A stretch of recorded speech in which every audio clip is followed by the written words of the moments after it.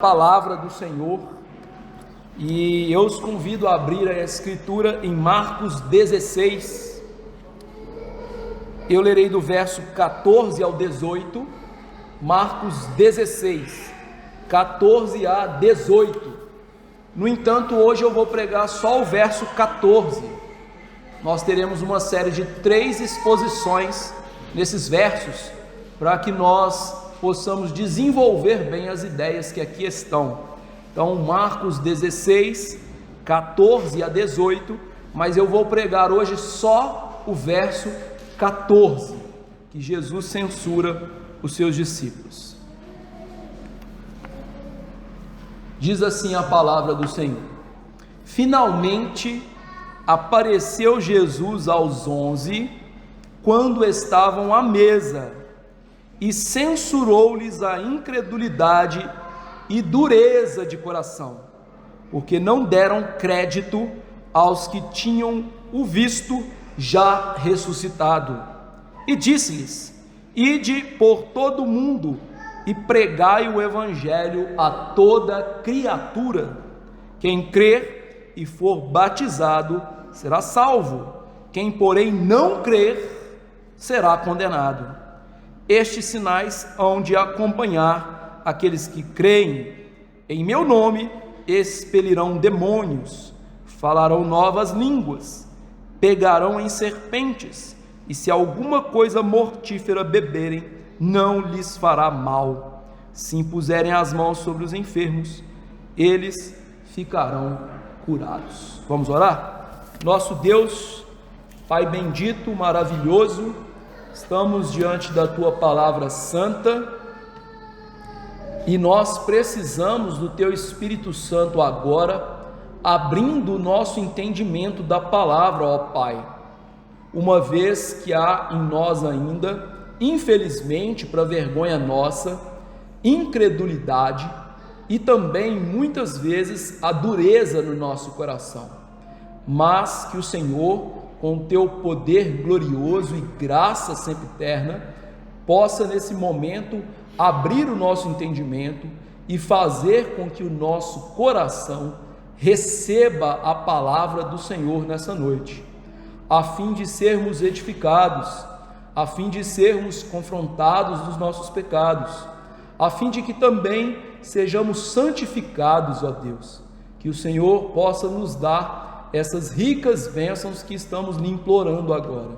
Que o Senhor edifique a Tua Santa Igreja no fundamento dela, que é a doutrina dos apóstolos e profetas, e que nosso coração receba a palavra como de fato ela é, o Senhor falando conosco, e não somente isso, mas também como aquilo que nos torna sábios para a salvação em Cristo Jesus nosso Senhor.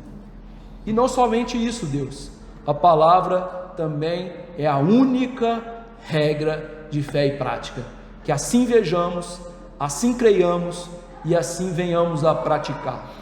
E tudo isso, ó Deus, que são grandes coisas, mas eu creio que o Senhor pode fazer infinitamente mais do que pedimos ou pensamos, que acima de tudo isso que estou pedindo, seja o nome do Senhor exaltado pela pregação da palavra, através da minha vida que prega, através dos meus irmãos que ouvem e através de todos nós, que é mister que vivamos a palavra que será ouvida aqui hoje. É em Cristo Jesus que nós oramos. Amém. Queridos irmãos, chegou o momento de Jesus se encontrar com os apóstolos. Até aqui, meditando nos relatos da ressurreição de Jesus, na narrativa de Marcos, nós temos visto uma constância. Qual é essa constância? Uma pessoa vê Jesus ressuscitado, essa pessoa corre até os apóstolos, e os apóstolos não dão crédito ao testemunho dessa pessoa que viu Jesus ressuscitado. Marcos, até aqui, através dos relatos do Cristo ressurreto, tem nos mostrado um grave pecado no coração dos discípulos, a sua incredulidade. E agora então chegou o momento de Jesus encontrar-se com esses homens e combater esse grave pecado no coração deles. O que Jesus está fazendo nessa cena do verso 14? A ideia central é que Jesus repreende a incredulidade dos discípulos, preparando-os para a sua missão de pregação.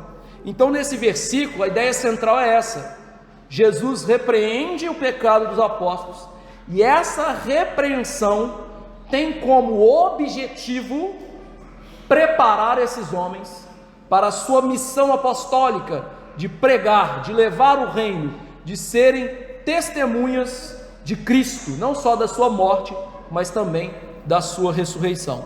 Vamos aprender essa verdade nesse versículo. Deixe-me ler mais uma vez, que diz assim: finalmente apareceu Jesus aos 11, quando estavam à mesa, e censurou-lhes a incredulidade e dureza de coração, porque não deram crédito aos que tinham visto já ressuscitado. Queridos irmãos, para nós aprendermos bem esse único versículo de Marcos, é preciso que levemos em consideração a lógica do fim de Marcos, como nós temos visto. Eu não sei se os irmãos perceberam, ao longo desses sermões, eu fiz questão de colocar nas nossas liturgias os textos paralelos nos outros evangelhos que estavam em relativa superioridade em termos de versículos, de detalhes, em relação aos versos de Marcos que nós estávamos expondo. Então, o que Marcos fez nestas narrativas foi condensar os eventos que os demais evangelhos narraram com maior profundidade, com maior profusão de detalhes.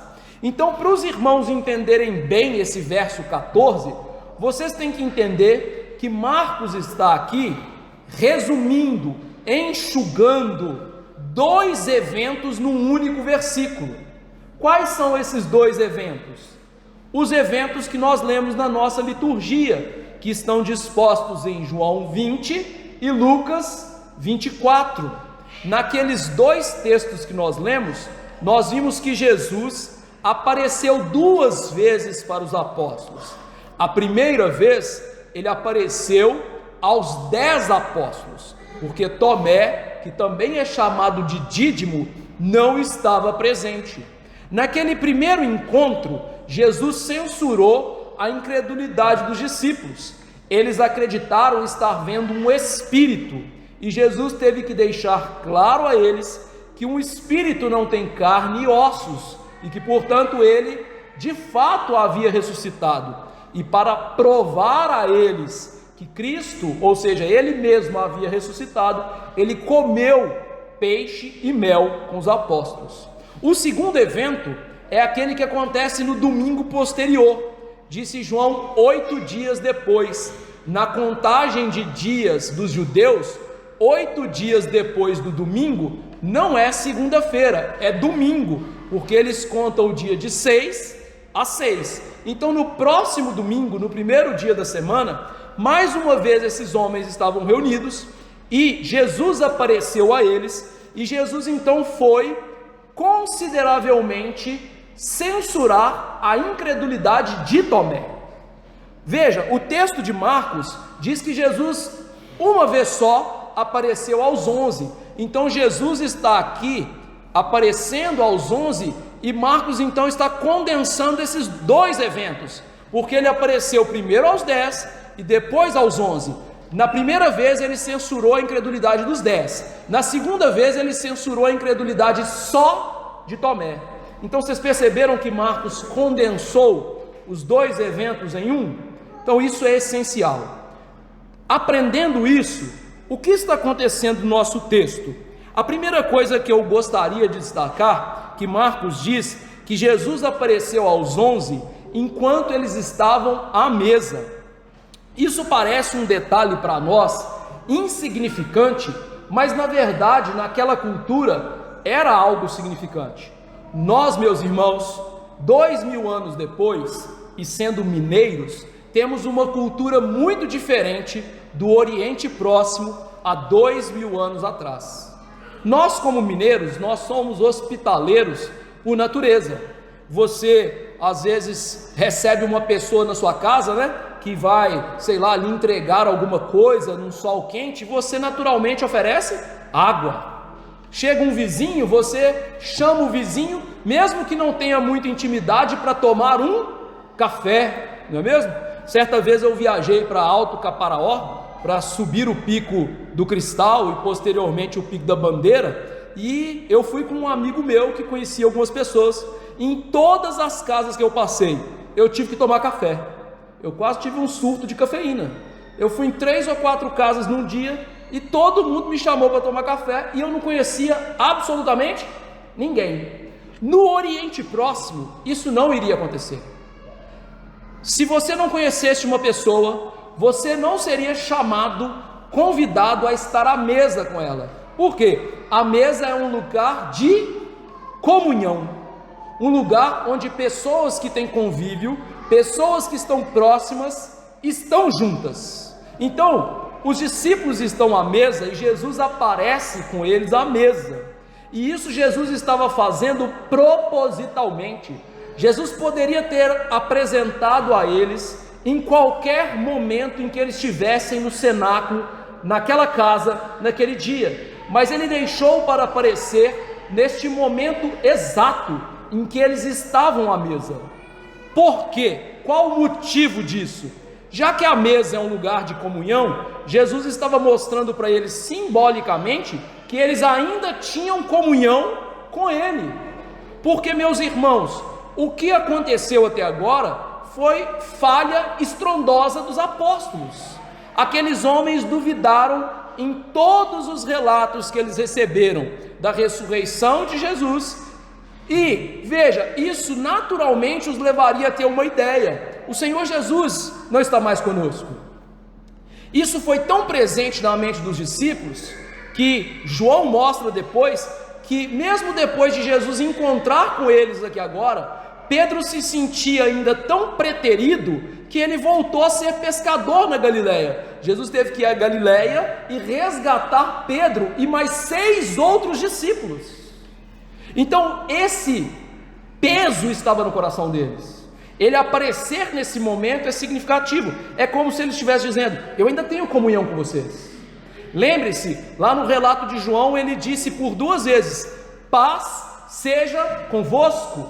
Nós aprendemos hoje na nossa escola dominical que a paz tem a ver com proximidade, com comunhão, com pessoas que estão unidas. Jesus então aqui aparece mostrando: eu ainda tenho paz com vocês, eu ainda tenho comunhão com vocês. E veja como isso é belo. Nós naturalmente afastamos pessoas que falham conosco, e se as falhas são recorrentes, nós de fato cortamos a comunhão pela raiz. Jesus não fez isso. Jesus manteve a comunhão com os apóstolos. Outra coisa significativa desse texto, e que é muito sutil, é que Jesus aparece enquanto eles estão à mesa, e aqui a posição dos discípulos e a posição de Jesus revela algo muito importante no aprendizado dos apóstolos. O que eu quero dizer com isso? Mais uma vez tem a ver com a cultura. Nós, na nossa cultura greco-romana, as nossas mesas naturalmente são mesas romanas. Veja, nossas mesas são altas e as cadeiras se colocam debaixo da mesa e nós nos assentamos em cadeiras. Veja, né? Se você rapidamente quer derrubar algum argumento falacioso, isso é simples, entenda a cultura.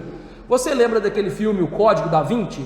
Que Da Vinci pintou a Santa Ceia e eles falaram que a pessoa que estava ao lado de Jesus era Madalena, lembra? Veja, Da Vinci errou completamente, porque ele desenhou uma mesa romana.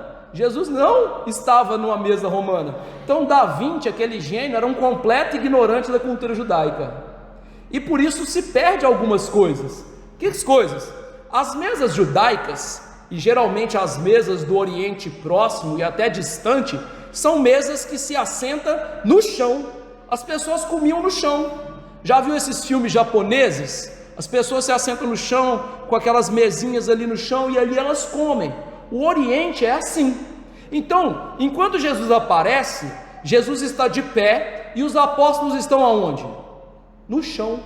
Reclinados aonde? Aos pés de Jesus. Estar reclinado aos pés de Deus é sempre um símbolo de quê? Humildade nas Escrituras. O que aconteceria agora? Seria necessária muita humildade para os apóstolos ouvirem Jesus e mudarem de vida.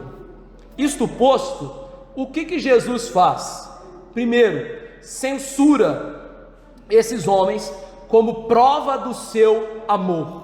Eles estão aos pés de Jesus e Jesus os censura, mostrando que os ama. Frequentemente, meus irmãos, quando nós lemos a Bíblia com seriedade, as falas de Jesus repreendendo pessoas nos deixam desconcertados. Por exemplo, Jesus certa vez chamou os fariseus de filhos do diabo. Jesus chamou aqueles homens de adúlteros, porque eles estavam descasando e casando com outras mulheres sem motivo. Jesus também chamou aqueles homens de roubadores, de lobos que devoravam as viúvas. São palavras duras, não são mesmo? Mas Jesus também chamou os apóstolos de tardos e nécios de coração. Por que eu estou dizendo isso? As palavras de Jesus, vistas na Bíblia, confrontam a nossa sensibilidade moderna. No mundo moderno, nós não somos acostumados a associar o amor com repreensão. Para nós, amor é palavra suave, consolo, conforto. As repreensões não são benquistas por nós. Por isso, quando uma pessoa às vezes fala de maneira enérgica, a gente fala que a pessoa não tem amor. No entanto, no testemunho bíblico e numa completa e correta reflexão da Bíblia, nós vamos ser conduzidos a uma lógica diferente. Na Bíblia, Cristo repreende porque ama. E ama de maneira santa, eficaz, transformadora, de maneira que certas vezes ele invariavelmente terá que ser enérgico com seus discípulos. Considere mais uma vez como Jesus trabalhou com os discípulos que ele mesmo escolheu. Eram homens que ele escolheu, que ele chamou, que ele sustentou, que ele amou, que ele foi paciente. Com eles, Jesus deu palavras extremamente penetrantes. Jesus acabou de repreendê-los por incredulidade e dureza de coração. Jesus mesmo, meus irmãos, repreende, por exemplo, Pedro, em certas circunstâncias, dizendo que ele era um homem de pequena fé. E nunca houve, mesmo com essas palavras de Jesus, uma contradição entre a firmeza de Cristo no trato com os apóstolos e o seu amor para com eles. Pelo contrário, era exatamente o amor de Jesus que movia a não deixar os apóstolos como eles estavam. Veja, eu acabei de fazer uma analogia na nossa liturgia mostrando isso.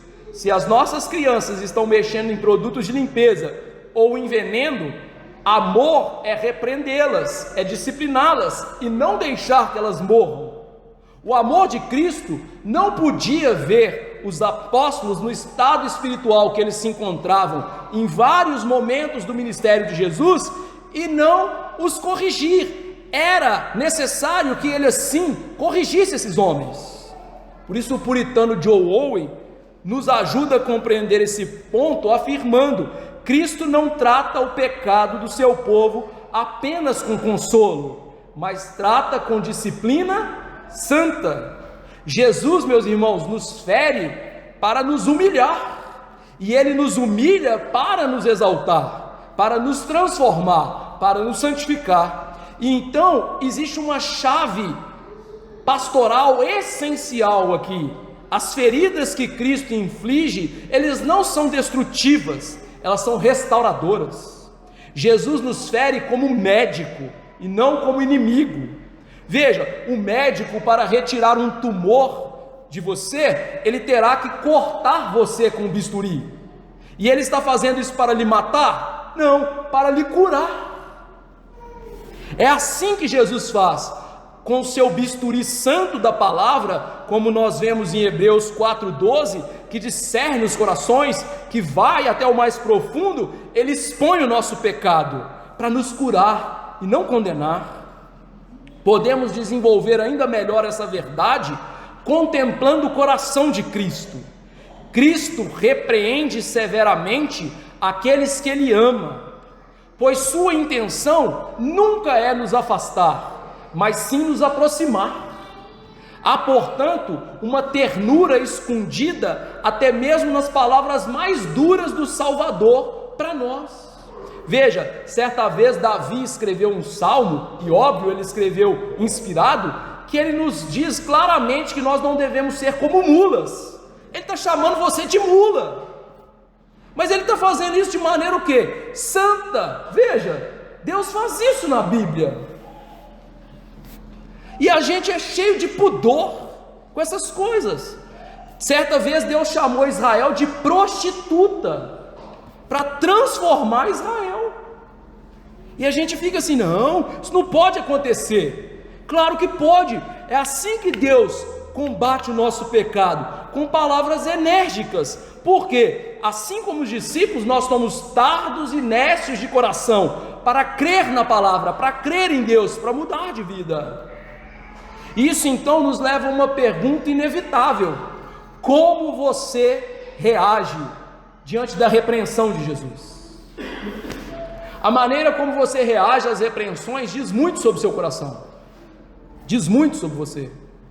Muitas pessoas hoje, infelizmente, interpretam as correções recebidas como rejeição, confundem essa voz enérgica, dura, pastoral de Jesus com uma voz acusadora, com falta de amor. Mas a Bíblia, meus irmãos, não é assim. A Bíblia nos leva a entender que as repreensões de Cristo são golpes suaves nas nossas consciências, feitas por um amigo que quer o nosso bem. A correção divina é um sinal de cuidado, uma evidência de que nós não fomos abandonados ao nosso próprio pecado de dureza e incredulidade. Por isso nós temos aqui um consolo profundo para essas almas sensíveis que ouvem um sermão e duro e falam: o pastor não podia ter falado isso. Se Cristo não repreendesse a gente, isso seria falta de amor. Assim diz Hebreus: mas se estáis sem correção, de que todos se têm tornado participantes, ou seja, todos são repreendidos, logo sois bastardos e não filhos. A ausência de correção indica abandono, a ausência de correção indica não filiação. Mas quando Deus nos confronta pela sua palavra, devidamente pregada, aplicada, mesmo que pareça duro, isso apela à nossa consciência. E Jesus então vai trabalhar assim, Ele vai nos confrontar com a palavra, Ele vai apelar à nossa consciência, e Ele vai usar até as circunstâncias para, como um Salvador fiel, trabalhar o nosso coração. Nós, meus irmãos, temos um Salvador que se recusa a nos deixar perecer nos nossos pecados.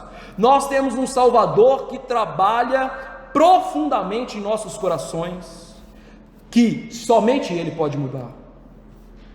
Podemos ainda acrescentar mais uma outra dimensão a essa censura de Jesus.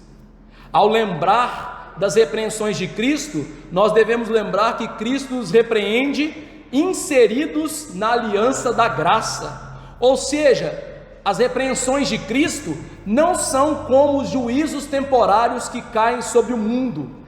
Cada juízo temporário que cai sobre o mundo é uma expressão do furor santo de Cristo na sua volta, quando Ele condenará todos os ímpios por não crerem nele. Para os crentes, não. Toda a ira de Deus contra o nosso pecado é uma ira temporal, não final condenatória. Ou seja, essas expressões que Deus se irrita com o nosso pecado e nos pune pelos nossos pecados aqui, não no sentido salvífico, mas no sentido santificador, no sentido de nos transformar, é na verdade uma expressão que estamos debaixo da aliança, que Deus tem um compromisso conosco, que Deus nos tomou para si, então Ele nos corrige. E eu gostaria de fazer um contraste bíblico para você entender isso. Você se lembra do rei Saul? O rei Saul, certa vez Deus disse a ele que ele destruísse os amalequitas e que não sobrasse nada dos amalequitas, nada, nem os animaizinhos podiam sobreviver. Então Saul, movido pelo seu coração pecaminoso e também pelas sugestões do povo, separou ovelhas para sacrificar a Deus. Então quando Samuel chega, Samuel repreende Saul, e Samuel então diz que Deus lhe tirou o trono, e Samuel fica triste, e Deus então fala com ele que ele não deveria se entristecer, porque Saul não era um homem segundo o coração dele, esse homem era Davi. Agora olha o contraste, Davi pecou gravemente? Também, Davi adulterou e matou, mas veja, o que Deus fez com Davi? Deus trouxe a Davi as consequências do seu pecado, a ira dele contra o pecado de Davi, para corrigi-lo, para fazê-lo mais próximo, para dar a ele a alegria da salvação, um coração voluntário, um espírito entregue a Deus, como está no Salmo 51. Vocês perceberam a diferença? Um hipócrita vendido ao pecado não foi corrigido por Deus, enquanto um crente, um verdadeiro servo do Senhor, com pecados gravíssimos, foi corrigido por Deus, porque estava numa santa aliança com Deus, vivendo debaixo da aliança. E é assim, meus irmãos, que Cristo nos trata. Nós estamos debaixo da aliança. As disciplinas da aliança são favoráveis a nós, são transformadoras a nós. Por isso cada palavra de Cristo, que foi dura aos apóstolos e também é dura a nós, é Cristo não nos expulsando, mas nos moldando, nos transformando.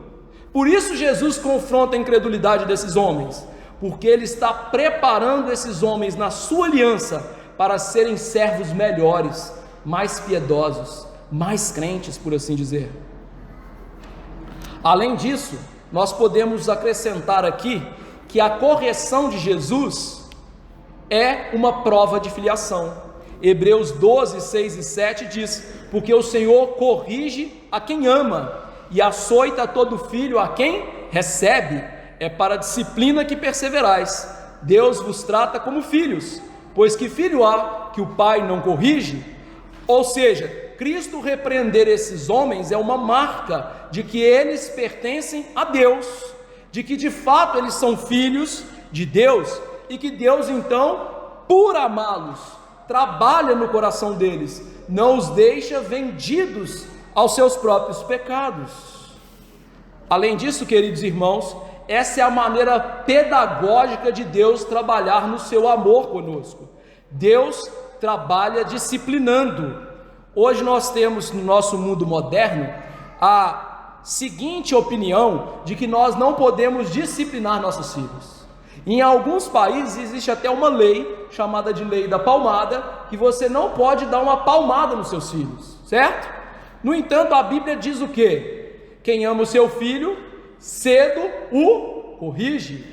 Quem ama o seu filho, lhe dá com a vara. Ou seja, a vara não é marca de desamor, mas de amor. E essa é a pedagogia de Deus conosco. Como que Deus nos ensina por causa da nossa incredulidade e dureza?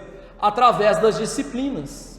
William Perkins ensina que Cristo forma os seus discípulos não apenas pela instrução positiva, ou seja, pela fala, mas também pela correção. É assim que a gente disciplina criança na Bíblia. Ou seja, você fala, você ensina, mas você também mostra que pecado tem consequência. A vara serve para isso, para mostrar que pecado merece punição, pecado merece correção. Jesus então, ao fazer o que ele está dizendo aqui com os apóstolos, ele está numa confrontação pedagógica, ensinando esses homens a serem, no seu discipulado cristãos, melhores cristãos. Nós não crescemos espiritualmente apenas ouvindo promessas, apenas ouvindo sermões que falam de coisas boas. Nós também crescemos quando somos confrontados nas nossas ilusões, pecados e resistência a Deus. Um sermão que só fala de coisa boa não é um sermão adequado. Segundo lugar aqui na repreensão de Jesus, Jesus censura a incredulidade dos discípulos. Eu sei que eu já trabalhei muito esse ponto em outros sermões, mas meus queridos irmãos, quando você contempla a incredulidade dos apóstolos, que nega os testemunhos até aqui da ressurreição de Jesus, é fácil você julgar esses homens com severidade e dizer como eles puderam duvidar, como puderam resistir ao testemunho tão claro de Maria, de Clopas, de Pedro e de outros. No entanto, você deve olhar para esses homens como um espelho. Você não deve ver aqui os apóstolos, você deve olhar para eles e deve ver você. Por quê? Em primeiro lugar, a incredulidade dos discípulos não é a incredulidade de homens ímpios. Esses homens são regenerados, esses homens são salvos, eles amavam a Jesus, eles deixaram tudo por Jesus, eles criam que Jesus era o Messias, e ainda assim duvidaram. Uma grande verdade cristã que nós devemos aprender é a fé verdadeira vai coexistir com a incredulidade até o dia da nossa morte ou da volta de Jesus. Essa incredulidade, ela não é como um senhor que nos domina, porque o pecado perdeu o domínio sobre nós, mas é como um inimigo que se entrincheira contra a nossa alma, que luta todos os dias contra a nossa alma, contra a nova natureza que foi nos dada pelo Espírito Santo. O que nós devemos lembrar então é que o pecado está ali atuando, como disse John Owen, o pecado ainda habita em nós, ele não está morto, ele está condenado à morte, mas não morreu. Essa verdade traz luz não só sobre o coração desses homens, mas sobre o meu e o seu.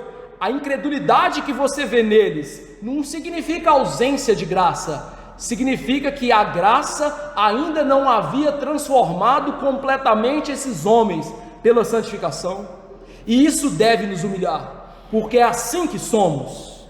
Às vezes pensamos, se eu estivesse no Éden, eu não pecaria, eu daria um bicudo naquela serpente. Se eu estivesse no lugar de Davi, eu teria saído para a guerra e não teria adulterado. Se eu estivesse no lugar de Tomé, eu teria acreditado. Não teria. Você é incrédulo como essas pessoas, você é falho como todas elas. Os discípulos viram o túmulo vazio e não creram, ouviram testemunhas confiáveis e não creram, e nós os condenamos. Mas a pergunta é: quantas promessas da Bíblia que você não acredita? Quantos consolos da Bíblia que você não aplica no seu coração e ainda continua com ansiedade? Quantas vezes o seu coração vacila diante das circunstâncias difíceis e você murmura e reclama contra Deus? Isso mostra que você é exatamente como esses homens. Devemos entender que todo crente tem incredulidade, e frequentemente essa incredulidade se levanta e luta contra a nossa fé, e por vezes obtém vitória temporária contra a nossa fé. Isso explica a tensão que nós vivemos. Queremos confiar, mas encontramos dentro da nossa alma uma resistência silenciosa, uma luta indizível, algo que incansavelmente tenta transtornar a nossa fé em Jesus Cristo. Encontramos dúvida persistente, encontramos demora em crer nas promessas, encontramos lentidão para obedecer e abandonar os pecados. Além disso, nessa incredulidade, ela pode nos consolar. Como que isso pode nos consolar? Porque essa incredulidade não anula a autenticidade da fé dos apóstolos. Você e eu temos que entender que o crente verdadeiro não é aquele que crê perfeitamente, porque isso não existe. Todo verdadeiro crente vai ter dúvida de fé e vai lutar contra isso. Se você não tem dúvida nenhuma na sua fé, eu afirmo com toda certeza, você não é crente. Porque todos os crentes mostrados na Bíblia têm dúvidas de fé.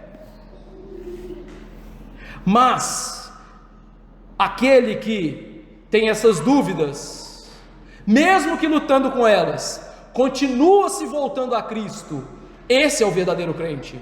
Por isso, Richard Sibbes, de maneira belíssima, diz: a fé mais forte ainda tem sua mistura de incredulidade, assim como o fogo mais puro ainda produz fumaça. O fogo mais puro, segundo a química e a física, é aquele que a chama aparece azul, que geralmente é a queima do nosso fogão, que é um tanto quanto mais eficiente que uma fogueira. Mas mesmo no fogão que você não veja, ainda produz fumaça, tal como a fogueira. Onde é que eu quero chegar com isso? Meus irmãos, se há fogo em você, vai ter fumaça, mas se tem fumaça, tem fogo, e se tem fogo, tem fé verdadeira. Por isso não despreze a obra que Deus está fazendo na sua alma, por causa das imperfeições que ainda estão em você. Além disso, não trate a incredulidade com leveza.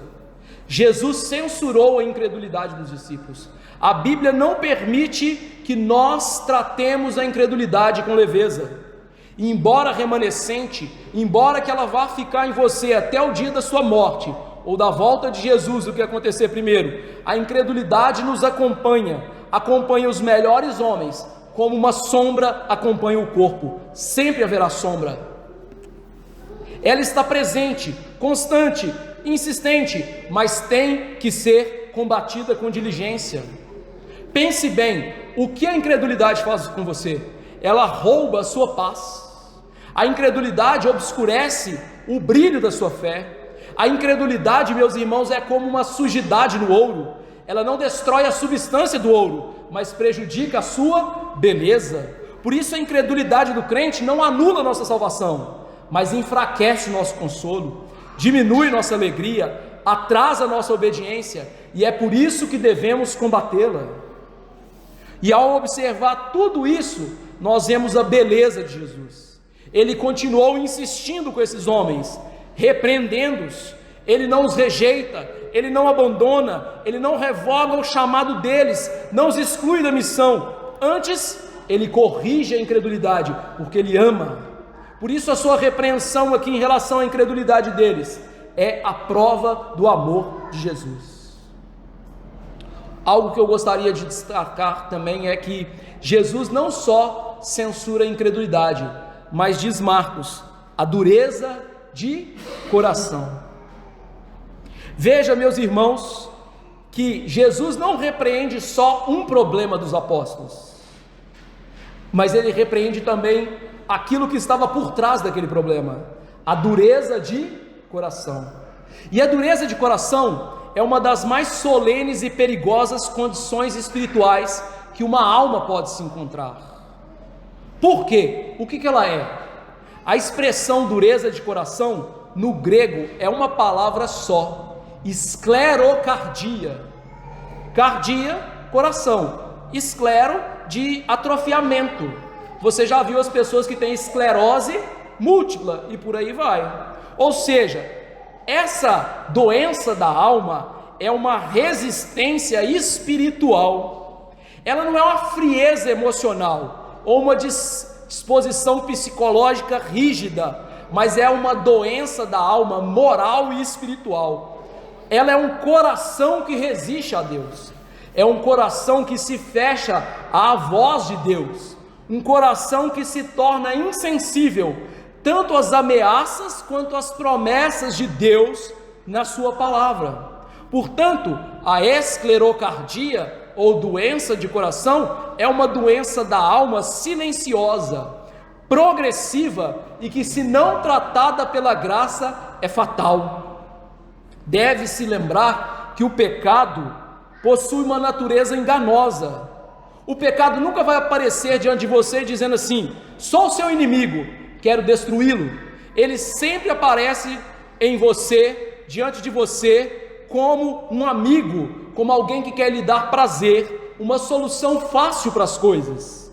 E através dessa natureza silenciosa, sorrateira e, digamos, vil do pecado, que ele engana, engoda, a alma vai sendo anestesiada. O que antes feria a consciência, não fere mais. O que antes provocava temor, já não causa inquietação. John Owen disse: o pecado endurece o coração, tornando insensível tanto à culpa quanto ao dever. Essa doença espiritual da dureza de coração, meus irmãos, é muito semelhante a uma doença muito terrível que nós conhecemos como lepra, mas que é chamada de hanseníase.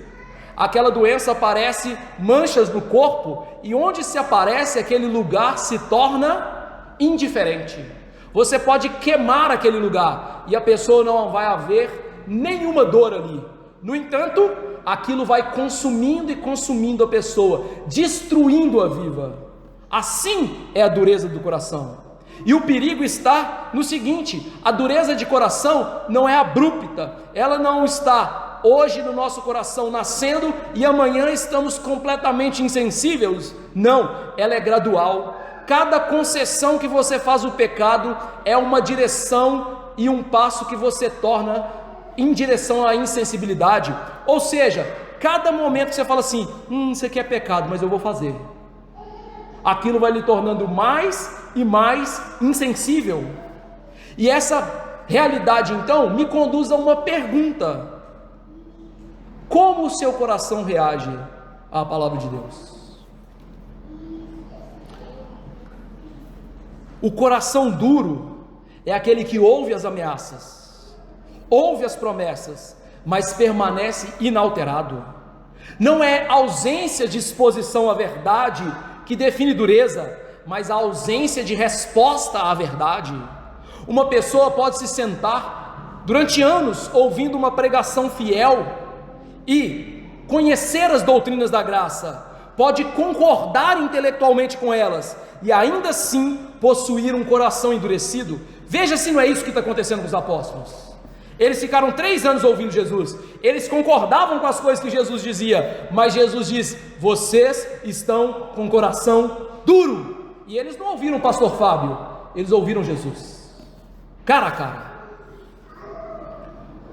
O verdadeiro teste então não está apenas no que se ouve, porque aquilo que se ouve também é importante. Se ouvimos o que é mal, se ouvimos aquilo que é antibíblico, o nosso coração está endurecido. É por isso que Paulo tratou da incredulidade dos nossos séculos, dizendo que haveria muitas pessoas que procurariam pregadores que falariam segundo o seu coração, como comichão no ouvido. Então o que se ouve é importante. Se você ouve uma falsa pregação, se você ouve um falso evangelho, é porque o seu coração está duro. Mas se você ouve também o verdadeiro evangelho, e aquilo não traz mudança na sua vida, o seu coração ainda está mais duro. Quantos ouvem sobre o amor de Jesus e não se derretem? Quantos são confrontados com os seus pecados e são indiferentes? Queridos irmãos, isso não é fraqueza espiritual, isso é dureza de coração.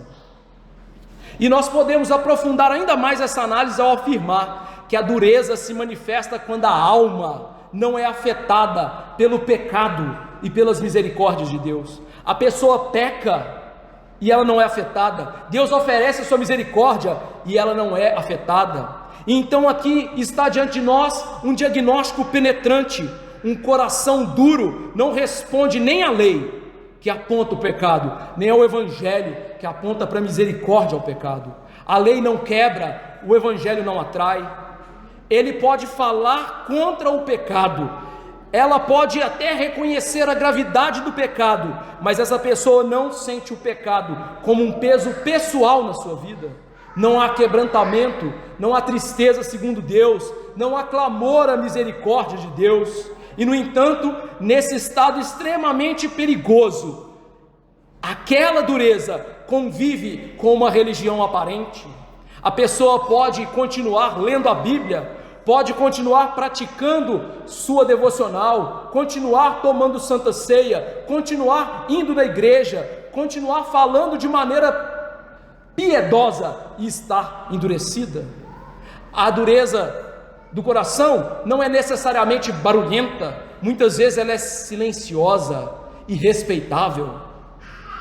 E queridos irmãos, há algo ainda mais solene nisso tudo. A dureza de coração, sabe o que ela é de verdade? Um juízo de Deus contra o nosso pecado. E Stephen Charnock disse: quando os homens resistem repetidamente à graça, Deus pode entregá-los a um coração endurecido.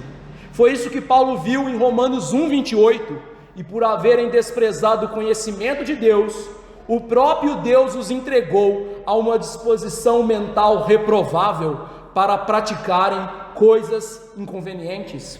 Isso significa que aquilo que começou com um simples pecado, entre aspas, simples, muitas aspas no simples, se torna uma punição divina. Quando a luz é rejeitada continuamente, Deus vai reter cada vez mais luz. Quando a voz do Espírito é ignorada, o Espírito não vai contender com a alma mais. Paulo diz isso em 2 versículos simples, que vocês deveriam gravar, lá de 1 Tessalonicenses 5, 19 e 20, ele diz: não apagueis o Espírito, nem desprezeis as profecias. Esses 2 versículos juntos estão ensinando esta verdade. Paulo está mostrando o que? Quando nós deixamos de ouvir a palavra, o Espírito é apagado na nossa vida, e quando o Espírito é apagado na nossa vida, nós deixamos ainda mais de ouvir a palavra. Isso é um ciclo vicioso. E esse é um dos juízos mais terríveis que nós podemos experimentar nesse mundo: continuar ouvindo a verdade, mas sem sermos impactados pela verdade. É continuar vivendo, mas sem qualquer sensibilidade espiritual. E não há calamidade que se compare a essa condição. Um coração endurecido pela palavra é um sinal de um grande perigo espiritual.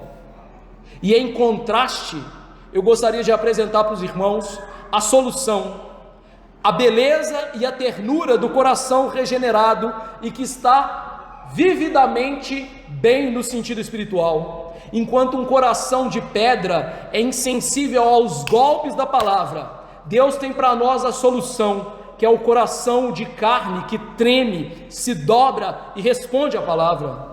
E isso nos leva à promessa divina feita a um povo endurecido pelo pecado e que foi dada na boca do santo profeta Ezequiel, que diz: dar-vos-ei coração novo, e porei dentro de vós espírito novo, tirarei de vós o coração de pedra e vos darei coração de carne, porei dentro de vós o meu espírito e fareis que andeis nos meus estatutos, guardeis os meus juízos e os observei. Ou seja, a solução para a dureza do coração não está no esforço humano, mas na intervenção da soberana graça de Deus. É exatamente assim que Deus nos salva, e é exatamente assim que Deus transforma a dureza do coração de um crente, com a graça. Deus mesmo disse, através do profeta Jeremias, que como não se podia transformar os cabelos brancos em negros, e nem se podia transformar também as pintas de um leopardo, nós não podemos transformar os nossos corações. Essa ideia moderna de que pessoas podem transformar o seu coração e se voltar para Deus, para a sua autossalvação, ou de que nós podemos trabalhar o nosso próprio coração para tirar pecados diante de nós, é uma ideia antibíblica. O Espírito sopra onde quer, disse Jesus, dando-nos coração novo, transformando-nos no coração. É o coração de carne que nos torna sensíveis ao pecado. É o coração de carne que vai sentir a culpa, chorar pelas transgressões e buscar refúgio em Jesus. O coração de carne é sensível à graça, se maravilha com o perdão, alegra-se na misericórdia e responde com amor para aquele que o amou primeiro. É um coração que não é perfeito, mas é vivo. É um coração que é ferido e se entristece, mas não é indiferente e muda. Diante disso, o que se impõe com urgência é que nós examinemos o nosso próprio coração. Não basta perguntar: eu conheço a verdade? A pergunta mais profunda é: a verdade me afeta? Não basta indagar, eu ouço a palavra? É preciso perguntar: eu sou transformado pela palavra? E a questão final aqui do nosso versículo é: para que Jesus está fazendo tudo isso? A correção da dureza, a correção da incredulidade, Jesus estava preparando os apóstolos para a missão. Essa é a parte final do texto. A repreensão de Cristo aqui não é isolada, mas é um momento decisivo de preparação espiritual para a missão apostólica. Tanto que o texto que nós lemos hoje e vamos expor só na semana que vem, o que traz? Jesus os repreende e então os envia. Podemos então perceber que existe uma ligação orgânica, profunda, entre a cura da incredulidade e da dureza e a capacitação para o serviço de Jesus Cristo. Queridos irmãos, Cristo não envia homens como eles estão, Ele os forma, Ele os humilha, Ele os restaura, então Ele os envia. Veja, Jesus, para enviar os apóstolos para a missão, Ele os discipulou durante 3 anos, e depois que Ele ressuscitou, Ele ainda ficou mais 40 dias ensinando do reino. O apóstolo Paulo, depois da sua conversão, ele pregou em Damasco, mas depois ele fica 14 anos escondido em Tarso, aprendendo a Bíblia, e depois fica mais um bom tempo com José, Barnabé e Antioquia, aprendendo para então ser o Paulo que a gente conhece das missões. Deus, ele não chama a pessoa e já envia e fala assim: vai meu filho que eu sou contigo. Aquele que chamou é aquele que capacita. Isso é coisa de gente boba. Deus nunca fez assim. Preste atenção, por quanto tempo Moisés foi preparado para tirar o povo do Egito? 80 anos. 80 anos. Deus preparou aquele homem desde o berço, para ele atingir 40 anos de ministério. Percebe? John Flavel, o puritano, disse: Cristo primeiro estabelece a verdade no coração dos seus ministros, antes de confiá-la às suas bocas, pois ninguém pode falar com poder daquilo que ainda duvida na sua alma. Ou seja, o que esse homem está dizendo para nós acerca desse texto é: convicção é central à missão da pregação. A incredulidade dos discípulos não era só um obstáculo pessoal, era uma inadequação ministerial deles para pregar. Como eles poderiam testemunhar da ressurreição se eles mesmos não acreditavam na ressurreição? Por isso a repreensão de Cristo é um ato de preparação vocacional. Podemos aqui desenvolver essa ideia ao mostrar que Cristo, de maneira pedagógica, está tratando seus discípulos. Antes de empregarem grandes obras, Ele revela as fraquezas dos discípulos. Vocês vão pregar? Vocês são incrédulos. Vocês vão pregar? Vocês têm dureza de coração. Com isso, o que Ele ensinaria para eles? A insuficiência deles. Todo pregador, todo oficial de igreja, toda pessoa que trabalha para Jesus tem que entender da sua insuficiência e que tem que depender inteiramente do Espírito Santo.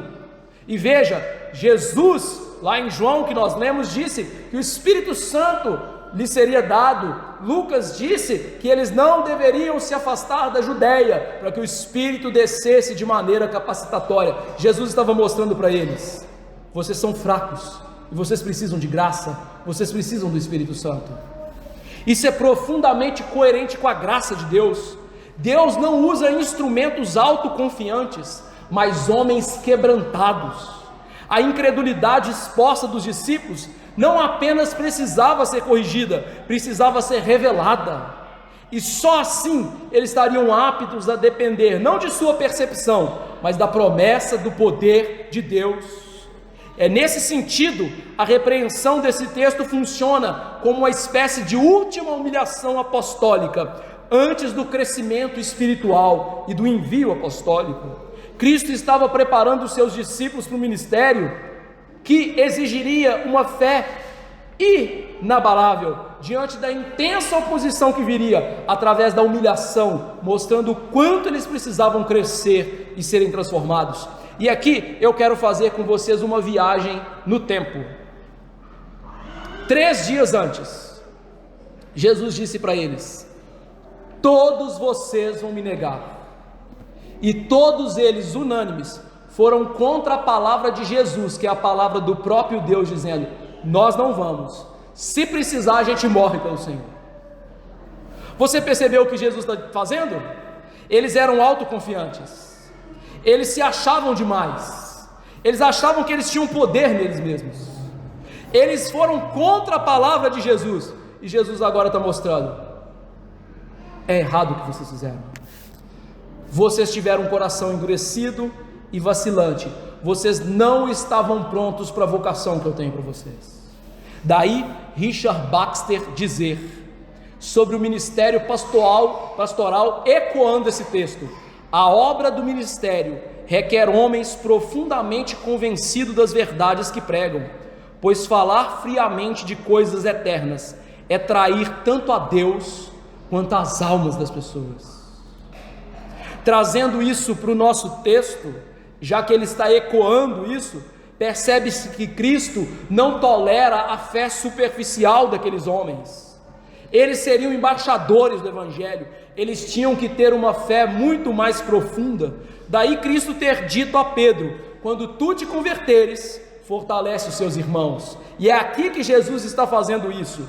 Não que Pedro está convertendo no sentido literal, mas é aqui que Jesus está de fato transformando Pedro e aqueles homens para fortalecer outros, para então serem os homens que abalaram o mundo que nós conhecemos em Atos. Cristo não estava apenas então corrigindo o erro, mas moldando o caráter dos discípulos para o ministério, porque eles teriam que levar o reino da graça espiritual adiante. Outro aspecto importante nessa preparação envolve os meios ordinários de graça. Jesus repreendeu porque eles não creram nos testemunhos que foram ditos, ou seja, na palavra de Jesus, na Bíblia que eles tinham e nas diversas pessoas que falaram do Cristo redivivo. Então os apóstolos foram repreendidos por quê? Porque eles não creram nos meios ordinários de graça. Deus, meus irmãos, se agrada em comunicar as suas verdades pelos meios que aparentemente são simples, ou seja, a palavra, os sacramentos. Por isso nós não devemos rejeitar esses meios de sabedoria do próprio Deus, e Deus os colocou no centro da igreja para mostrar a nós a loucura que é que crer na pregação e nas coisas simples do Evangelho, mas é loucura para os que se perdem, disse Paulo. Para nós é poder de Deus. Por isso que antes de serem enviados, os discípulos tiveram que aprender a ouvir, para poder aprender a pregar. Antes de proclamar com autoridade, eles precisaram, antes mesmo de fazer isso, se submeter ao testemunho alheio, à palavra, ao próprio Cristo. Isso é profundamente formativo. O verdadeiro pastor, ministro, não é aquele que fala por si mesmo, mas é aquele que foi moldado pela palavra recebida. E aqui, meus irmãos, há uma última coisa que eu destaco nisso: o elemento implícito de restauração de Jesus aqui. Jesus não apenas expõe a incredulidade, ele está vencendo a incredulidade desses homens. Aquele que repreende é quem está fortalecendo, aquele que corrige é o mesmo que envia. Cristo não lançou fora os discípulos por suas falhas, mas os tomou, os trouxe para o seu seio santo, e por meio dessas falhas, ele os fez mais aptos para o serviço. A graça então resplandeceu mais claramente nesses vasos que se tornaram conscientes da sua fraqueza, e isso então nos leva a algo profundamente encorajador. A preparação para a missão não exige perfeição prévia, mas transformação real. Os discípulos não foram escolhidos porque eram fortes, mas se tornaram fortes porque o Cristo redivivo assim os fez. Ele os restaurou, ele os preparou, então Ele os enviou. Graças a Deus por Jesus. Se Jesus não fizesse assim, nós não teríamos essa Bíblia, nós não teríamos esta verdade sendo pregada aqui hoje. Tudo bem, eu não sou Jesus e nem sou apóstolo. Como que eu vou viver esse texto? Em primeiro lugar, diante da incredulidade desses homens, nós devemos aprender 3 coisas. A primeira, nos humilhar. A incredulidade habita em mim e habita em você. Quem me dera se eu não fosse incrédulo? Não negue a sua incredulidade. Reconheça diante de Deus com sinceridade. Abra o seu coração e fala: Senhor, eu me assento aqui, eu acho que eu sou bom, mas na verdade eu sou incrédulo. Segunda coisa, lute pelo poder do Espírito Santo e com os meios de graça contra a sua incredulidade. Não seja neutro em relação a ela. Ela tem que ser mortificada diariamente pela aplicação da palavra aos nossos corações. Combata a incredulidade com a palavra de Deus, com os sacramentos e com a oração, os meios ordinários de graça. E lembre-se sempre das promessas e das repreensões de Jesus Cristo. A terceira coisa é que devemos nos consolar em Cristo. Assim como Ele não rejeitou esses homens, Ele não me rejeita e não rejeita você pelas suas incredulidades. A sua graça é maior do que as nossas dúvidas. Sua fidelidade é maior do que a nossa instabilidade. Jesus vai completar a boa obra que Ele começou em nós. Segunda aplicação: ao olhar para esses discípulos, não veja apenas homens que falharam, veja pessoas como nós, que são sustentadas por uma graça que não falha. Sabe por que esses homens não falharam de maneira definitiva? Porque a salvação deles não estava lastreada neles mesmos, mas numa graça infalível de Jesus. Essas pregações que dizem hoje que nós perdemos a nossa salvação são blasfemas. Jesus mesmo disse que as suas ovelhas Ele as tem na mão e ninguém pode arrebatá-las. Jesus mesmo disse na boca do santo apóstolo Paulo que ninguém pode nos separar do amor de Deus, que nenhuma condenação há para aqueles que creem em Jesus Cristo. Então, ao olhar para isso, apesar da minha e da sua incredulidade, olhe para isso como uma prova da graça soberana de Deus em nos salvar. E olhe também para isso, por uma graça transformadora que vai além das nossas expectativas. A graça nos transforma além daquilo que nós podemos ver. E assim como Jesus transformou os apóstolos, Ele também possa nos transformar. Em terceiro lugar, sobre a dureza do coração. Aqui está o ponto onde essa verdade se torna prática. Cada vez que a palavra de Deus nos expõe, cada vez que somos incomodados por uma verdade que nós preferíamos evitar, estamos diante de uma oportunidade: experimentar o amor corretivo de Deus ou endurecer o nosso coração. A pergunta é: o que você vai fazer essa noite? Se você endurecer o seu coração e você for um verdadeiro crente, o Senhor Jesus vai trabalhar com você. Mas se você não for, a sua dureza vai ser fatal, ela vai lhe levar para o inferno. Por isso, queridos irmãos, sejamos chamados urgentemente a olhar para nossa alma imperfeita e dizer ao Senhor: minha alma precisa ser tratada com graça, minha alma precisa ser transformada, o meu coração precisa se tornar sensível à palavra. Quarta aplicação, ainda em relação à dureza de coração, esse texto nos traz uma esperança gloriosa. O mesmo Deus que denuncia a dureza é aquele que promete removê-la. Ele é capaz de quebrar o coração mais endurecido, de tornar terno e quente a alma mais fria, de restaurar a sensibilidade espiritual daquele que é mais insensível. Nenhum coração é duro demais para a graça divina. Nada é grande demais em nós que Deus não possa transformar. Há esperança para nós.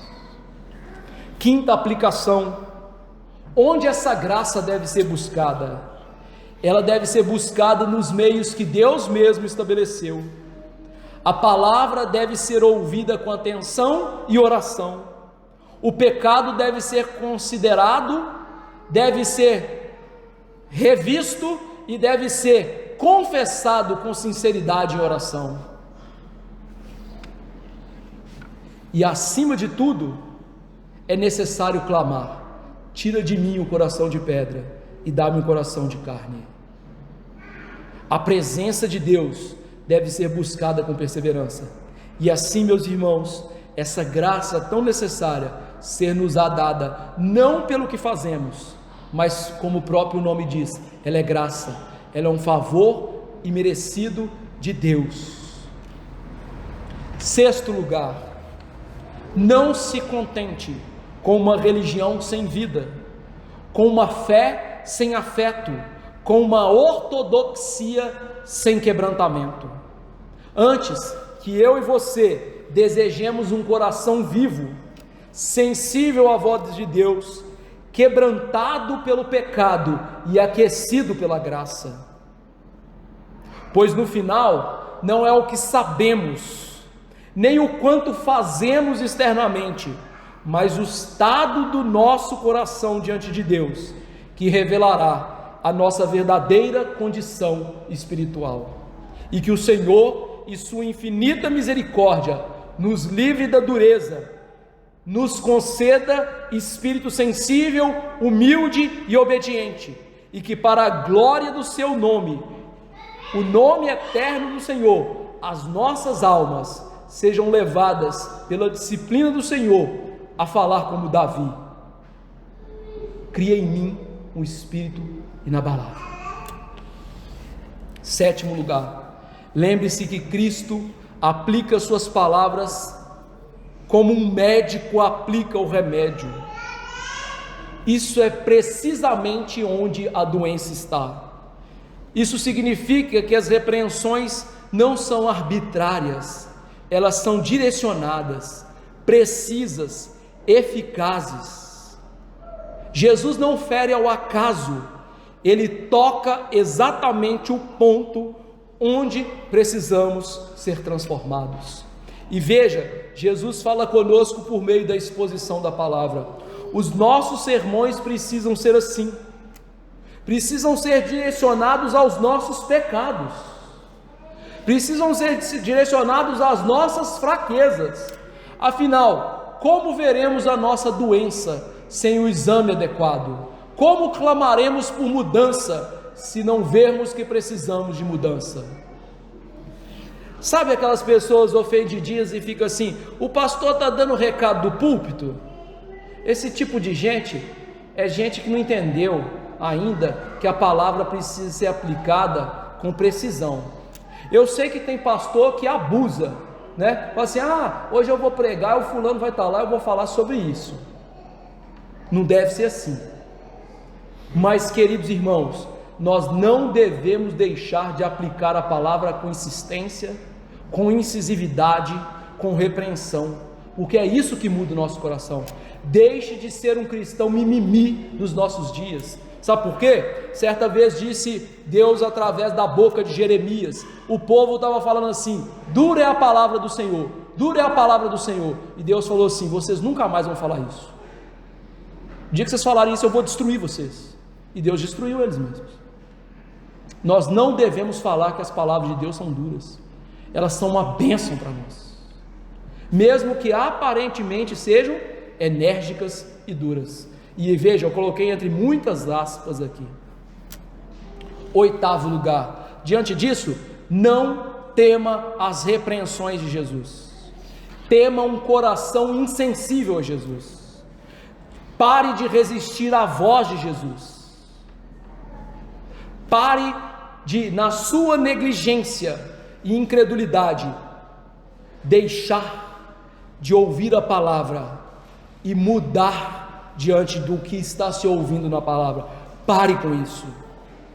A voz de Jesus não é de um juiz pronto para te condenar, mas de um redentor que vai te acompanhar até o fim e transformar através dessas repreensões.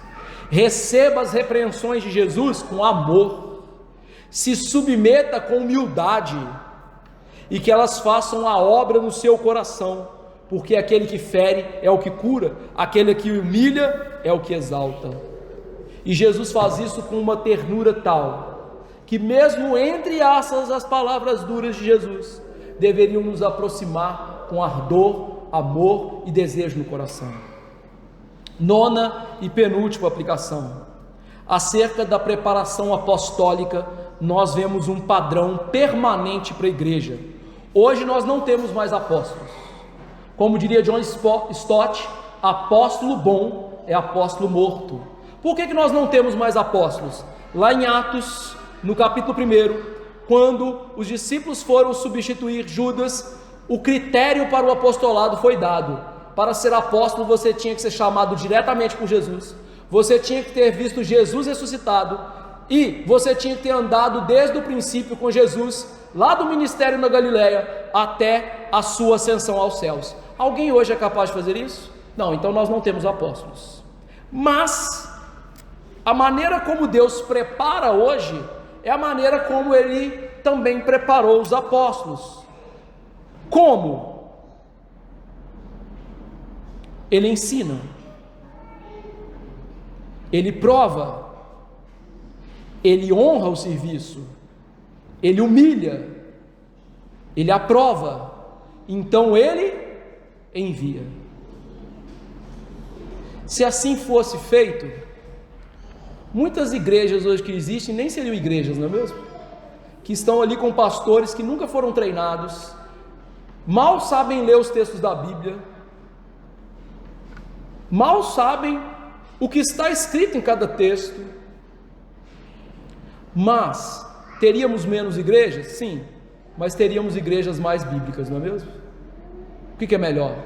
Encher o mundo de igrejas que pregam mentiras, ou ter menos igrejas que pregam a verdade? Em último lugar, esse texto é uma janela para a minha alma, e para a sua alma, e para a alma dos ministros. Jesus nunca vai, queridos irmãos, olhar para você e para os seus pecados e lhe deixar com eles. Ele vai lhes confrontar. É assim que você entende então as durezas da vida. O autor de Hebreus disse que eles não haviam resistido até o sangue, ou seja, vocês ainda não morreram pelo Evangelho. E ele estava mostrando que aquilo era disciplina na vida dos hebreus ali. Ou seja, meus irmãos, as coisas que nós passamos, que entre aspas são ruins, são as maneiras de Cristo confrontar os nossos pecados. Eu não estou falando que é bom sofrer, não estou falando que a gente deve ser masoquista, mas eu estou dizendo que nós devemos olhar para as coisas que acontecem na nossa vida, as repreensões através das circunstâncias, da pregação, dos textos que lemos, dos irmãos que puxam nossas orelhas, e ver nisso tudo Jesus querendo mudar o nosso coração. E o que fazer então? Entender o que os apóstolos entenderam. A nossa fé não é perfeita, mas é uma fé que vai sendo purificada por Jesus e pela sua graça. E essa purificação começa exatamente aonde o nosso texto começou. Os apóstolos estavam reclinados à mesa, e como eu disse, eles estavam aos pés de Jesus. Para ser transformado, é preciso estar aos pés de Jesus, é preciso ser humilde, é preciso se curvar ante a majestade de Jesus. Os apóstolos só foram transformados depois de, ao invés de confrontar Jesus, eles se calaram e se submeteram a Jesus. É assim que a igreja é transformada, é assim que eu sou transformado, é assim que você é transformado, aos pés de Jesus, humildemente ouvir, e em vez de fazer os ouvidos moucos, se submeter e suplicar: mude o meu coração. Que Deus, meus irmãos, nos conceda essa bênção espiritual e que Ele nos faça homens e mulheres piedosos, e não somente piedosos, mas também homens e mulheres preparados para o trabalho do reino do Senhor. Vamos nos colocar de pé e encerrar o culto nessa noite com oração e também com a bênção apostólica.